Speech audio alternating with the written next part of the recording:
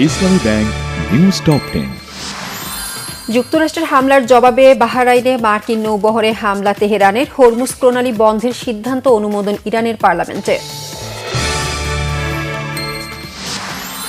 ইরানের পারমাণবিক স্থাপনায় হামলায় উদ্বেগ প্রকাশ করেছে বাংলাদেশ। এটি নাজুক পরিস্থিতিকে আরও জটিল করে তুলেছে বলে মনে করছে ঢাকা।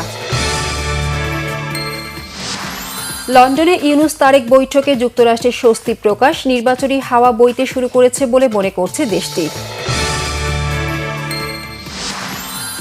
সাবেক সিসি নুরুল হুদাকে ডিবি কার্যালয়ে রাখা হয়েছে, আজ তাকে আদালতে তোলা হতে পারে বলে জানিয়েছে পুলিশ। সাবেক সিসি হাবিবুল আউয়ালকেও গ্রেফতার করেছে পুলিশ।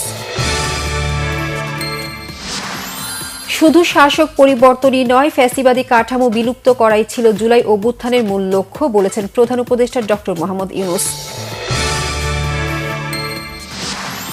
প্রধানমন্ত্রী পদে কারো 10 বছরের বেশি না থাকার বিষয়ে অধিকাংশ দল একমত, ভিন্নমত বিএনপি সহ 3টি দলের। শাপলা প্রতীক চেয়ে নির্বাচন কমিশনে নিবন্ধনের আবেদন করেছে জাতীয় নাগরিক পার্টি এনসিপি। ট্রাকে চড়ে ইসিতে নাহিদ ইসলাম। কালো টাকা সাদা করার সুবিধা বাতিল করে 7,90,000 কোটি টাকার বাজেট পাস। 24 ঘন্টায় সারা দেশে করোনায় 5 জনের মৃত্যু, নতুন করে শনাক্ত 36 জন।